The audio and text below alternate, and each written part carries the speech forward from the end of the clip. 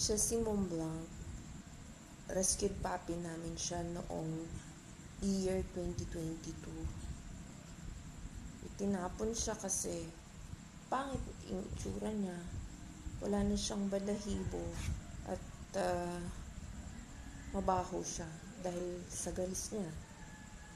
Pero tingnan niyo naman ngayon, pogi-pogi, kaso very unique at napakatalinong aso.